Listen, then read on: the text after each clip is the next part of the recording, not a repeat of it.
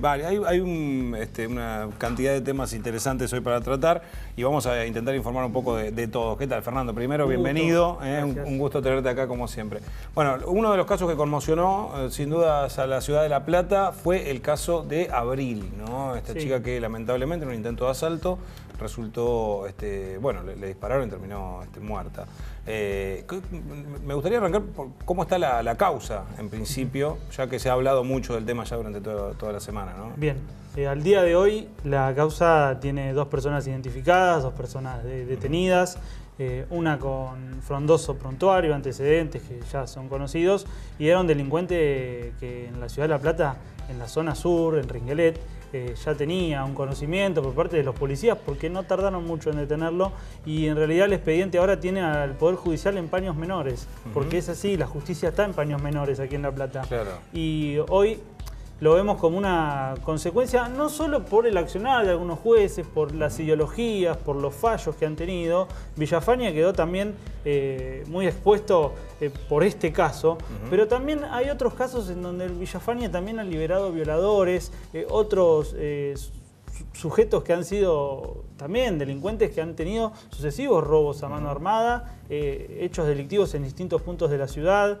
Entonces, uno se pregunta, ¿es culpa de la policía? ¿Es culpa de la justicia? ¿Es culpa de la política? ¿Es culpa de todos? O es culpa de las leyes, mucho también se habló, ¿no? También, porque en todo caso, un juez o el accionar de un juez depende de lo que le permite o no la ley, en este caso. Claro, yo entiendo, la interpretación que hago es que Villafañe, a ver, él falló conforme a las herramientas que tiene. Y ahí viene el debate si la ley está bien o está mal. Pero Villafañe tiene 2 caminos, o lo libero o lo dejo detenido. Él eligió liberarlo. Él eligió no hacerle caso al servicio penitenciario y los informes. Claro. Él eligió ponerse por encima de especialistas psicológicos, que son personas que han estudiado para eso. Entonces, si vos tenés una actitud como magistrado, de ponerte por encima del conocimiento de gente que sabe, después te tenés que bancarte la consecuencia. Acá hay que decir que Villafañe ya enfrentó un juicio político, siguió en sus funciones, ahora seguramente vaya a enfrentar otro, va a acusar la procuración. El Ejecutivo bonaerense, salvo Contegrand, no salió a decir nada sobre este caso. No. Tampoco han salido autoridades municipales a hablar al respecto. El ministro de Seguridad tampoco dijo nada, se fue a Italia. Claro. Ahí tenemos también cadena de responsabilidades sobre esto, porque lo de Abril es una consecuencia claro. de una serie de cuestiones. A raíz de esto sí se desató distintos operativos de saturación policial, ¿no? Esto fue por lo menos, sin hablar directamente del tema, la respuesta, si se quiere, política del gobierno, ¿no? Sí, bueno sería también que se desplieguen operativos para tratar los expedientes y tenerlos al día, un operativo de saturación de expedientes, porque que los jueces de verdad se sienten y den las soluciones que se necesitan, porque la policía los agarra. ¿Por qué? Porque la policía los conoce, sabe quiénes son. ¿Cuánto tardó el operativo policial en detener al asesino de Abril? Claro. Horas. ¿Cuánto tardó en detener al cómplice? Horas. Después viene la discusión de cómo detuvieron al cómplice. Bueno, seguramente hicieron cantar al primero. Eso la bonaerense lo ha hecho siempre. Pero digo, acá yo pongo el foco más en la justicia que en la policía. Y mirá que en la de la policía tenemos un montón de cosas para decir. Pero en esta hay que darle a la derecha, porque los agarra, los tiene. Hay jefes policiales muy enojados con los jueces, porque dice, nosotros los agarramos, nosotros damos la cara con los familiares. Y ellos se van temprano, algunos llegan más tarde. No, el doctor no está. Te atiende un secretario. Si es que, bueno, también tienen sus reclamos los judiciales, después van a hablar de eso. Claro. Pero entiendo que los tipos de traje y corbata que van al Poder Judicial y que tienen que firmar, hoy son, a mi modo de ver, los grandes responsables de esto que le pasó a Abril. Claro, bueno, en este caso, además, se conocieron números este último tiempo de cómo se ha incrementado estos últimos años la delincuencia en la ciudad de La Plata en particular, ¿no? Ha sido una de las ciudades de la provincia donde más se incrementaron los hechos delictivos, por lo menos, ¿no? Sí, es cierto. Y esto, a mi modo de ver, también tiene una interrelación con la cantidad de asentamientos y viviendas vulnerables que hay. porque si vos no atendés esa demanda también tenés problemas. Ojo, porque también hay allanamientos en el Country Abril que se han hecho este año. Claro. Y quizás haya más delincuencia en el Country Abril que en el barrio del Mercadito. Probablemente. Delincuencia más de guante blanco, quizás. Claro, porque ahí viven muchos también magistrados que terminan decidiendo sobre la gente del Mercadito y otros lugares. Pero a lo que voy es, la inseguridad o los delitos graves no tienen una sola... un solo motivo por el cual suceden, son multicausales, ¿sí? Y aquí en la Ciudad de La Plata tenés muchas causales de estos hechos. Por eso digo, lo de Abril es una consecuencia de... No es que pasa lo de Abril y como consecuencia de lo de Abril ponemos un montón de policías más. No, es el tramo final de una cadena de cosas que no han funcionado. No han funcionado ni con el gobierno anterior, no están funcionando con este gobierno. Esto tiene nombre y apellido. Los jueces de la Corte no dicen nada de esta situación. Entonces, seguimos parando a Villafañez frente también a alumnos, para una generación futura que va a hacer lo mismo que le inculca a Villafañez. Entonces, ¿a dónde vamos a parar con esto? Este debería ser el fin de la cuestión, debería ser el techo de estos delitos. Y uno no sabe si es el principio de algo peor, porque no hay una señal que te diga, mira, esto va a cambiar. Sí se hace propaganda, sí se dice, hay un nuevo modo de hacer política. Yo no lo veo eso.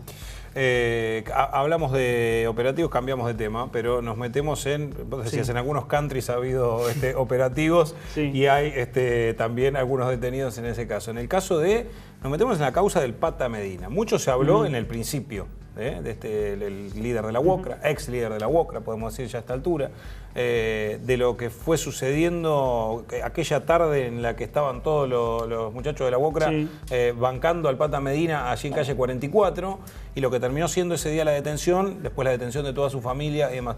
¿Cómo está ahora? Durante esta semana estuvo declarando también, ¿no? Sí, tuvo una audiencia en la Cámara de Apelaciones y Garantías esta semana, y también estuvo su mujer Fabiola García, estuvo también el contador, el cuñado del Pata Medina, que están teniendo traslados, yo entiendo, sucesivos, no solo para atender la causa federal que tiene el juez Luis Armela de Quilmes, sino también que los traen a La Plata. ¿Por qué? Porque todavía no se ha unificado la acusación ni en Quilmes con la justicia federal, ni aquí en La Plata. Lo más probable es que todo termine en el expediente de Armela, ¿sí? Porque hay calificaciones iguales y no se pueden sostener las dos calificaciones, por ejemplo, asociación ilícita o lavado de dinero en la provincia de Buenos Aires y también en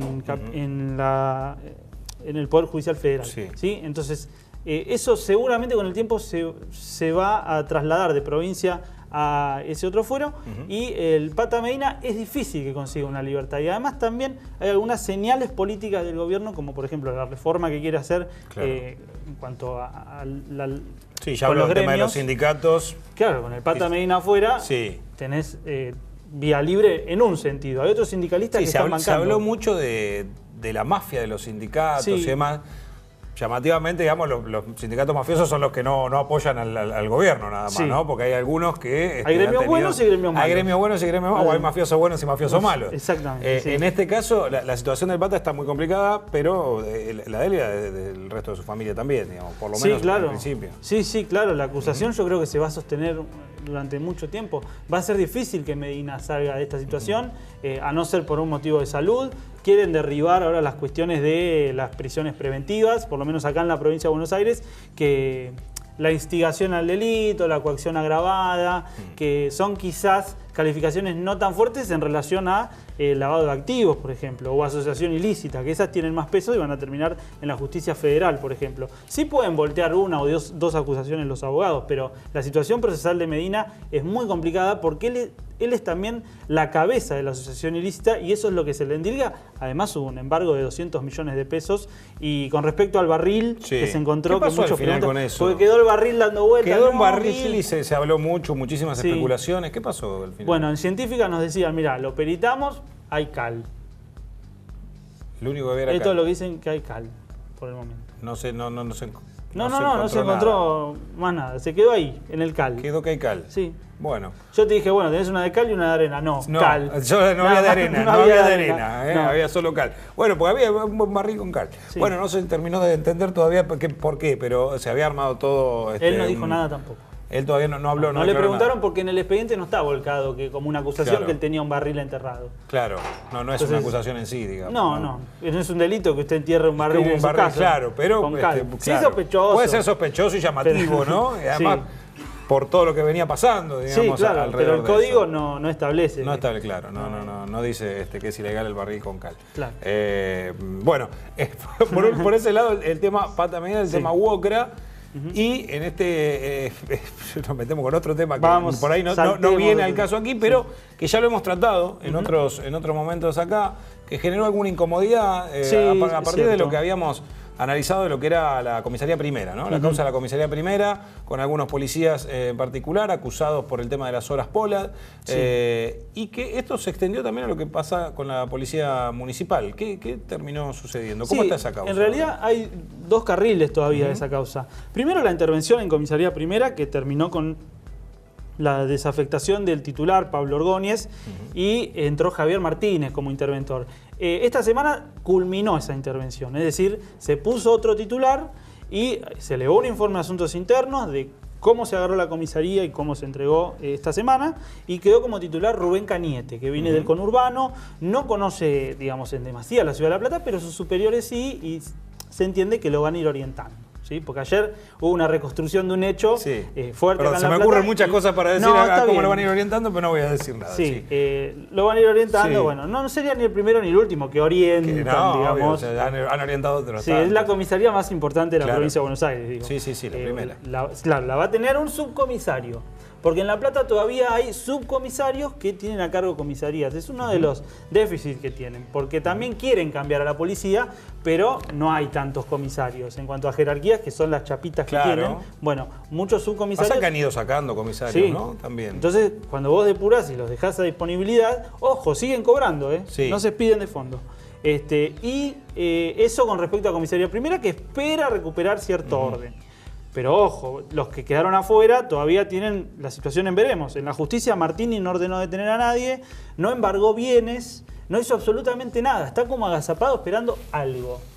Hay mucho ruido ahí. ¿Qué será ese algo? Mucho ruido y pocas nueces, ¿no? Al final es eso. Denunciamos, pero están todos... No actuamos. No actuamos, siguen cobrando sus sueldos, siguen estando en su lugar. Digamos, si realmente hay alguna causa abierta contra ellos concreta, deberían pasar a la acción, ¿no? Exonerarlos y dejar de pagarles con nuestros fondos, porque se le pagan con fondos públicos todavía. Entonces, ya han pasado casi 3 meses de esa intervención y todavía no sabemos si son culpables o no. ¿Cuánto más vamos a esperar? Y si no son culpables, y si lo tienen que reincorporar, como al comisario de La Loma, que cuando estuvo ausente también hubo muchos hechos delictivos. La Plata tuvo en 15 días 5 homicidios, entre ellos uno en La Loma. Pero digo, eso está en veremos. Puede estallar para cualquier lado o puede no pasar nada. Puede seguir planchado. De la policía local de La Plata, el jefe todavía está en el cargo, resiste. Tiene algún rumor, pero nada comprobado, nada concreto. Ruido va a haber siempre, porque cuando vos tenés un cargo alto, ruido tenés. Hay un policía procesado, ¿no? Igual en la causa... Sí, hay imputados. Los notifican del artículo 1 y 60, formación de causa, podés presentarte, defenderte, presentar exhibiciones y demás, pero probado, así que digas de pe a pa, nada. Claro. Están todos en veremos. ¿Y nuestro amigo Martínez Paz cómo anda? Sigue en el cargo, fuerte, resiste. Molestan algunos rumores, porque hay algunos medios de La Plata entre los que estamos, digámoslo. Nosotros estamos siempre. Nosotros hacemos una especie de... Si no controlamos nosotros a la policía, ¿quién? Claro, bueno, si la justicia está, me decís que no está accionando mucho, la verdad por lo menos divulguemos la información. Exacto, pero sobre Martínez Paz no hay nada que, digamos, que vos puedas decir, se la mandó. Sigue al frente de la policía, sigue dando las indicaciones que a él le parecen más... convenientes, y policías locales, más allá de esto, que es una derivación de lo que pasó en comisaría primera, que todavía está en etapa de investigación, no hay algo concreto. Sí, esta semana hubo algunos policías de la local que molieron a palos a un joven en Los Hornos que no quiso entregar la moto. ¿Sí? Eso ya tiene intervención. Vi algunas imágenes, ¿no? Muchos golpes, las imágenes del golpeado en este caso. Los quieren identificar con nombre y apellido a los policías. Esto fue esta semana. Pero después tenés que ver si hubo una cadena de mando y decir, un superior dio la orden, eso se va a investigar, pero por ahora no hay nada más que los van a desafectar seguramente a los 3 cuando encuentren con nombre y apellido quiénes fueron los que golpearon a este menor. Bueno, y por otro lado, desde hace un tiempo que están acampando varios policías locales frente al Ministerio de Justicia, ¿no? De Seguridad. De Seguridad, perdón. Sí, eso sí. Pero porque los echaron a varios, o por lo menos eso es lo que están denunciando, de toda la provincia. Sí, de distintos puntos de la provincia. Lo que están argumentando es que el Ministerio en esta cruzada que hace el ministro de mejorar la policía, también sacó a quienes veía que los exámenes psicofísicos no le daban y demás. Lo cierto es que también los dejaste sin trabajo. Sí. Es decir, y se habla de unos 300 policías, más o menos en toda la provincia. Claro. Entonces, ¿cuál es el mensaje que le quedan? Primero, el Estado nos toma, porque nos necesita, porque nos dice que hay que reforzar, porque hay inseguridad, y después nos descarta. Pasaron 2 años, nos tiran a la basura. Claro. ¿Cómo es? Bueno, Fer, gracias por venir. No, un gusto. Hemos tocado distintos temas hoy, pero bueno, había mucho por charlar. Hace rato que no estábamos por aquí hablando de policiales, así que estaba más que interesante. Bueno, los invitamos a quedarse, nos vamos a una pausa nosotros, después nos metemos en la situación de los judiciales. Hubo un diputado provincial en particular que pidió eliminar la feria judicial, trató de vagos a los trabajadores judiciales en cierta forma, y nos vamos a meter en el próximo bloque con esta situación.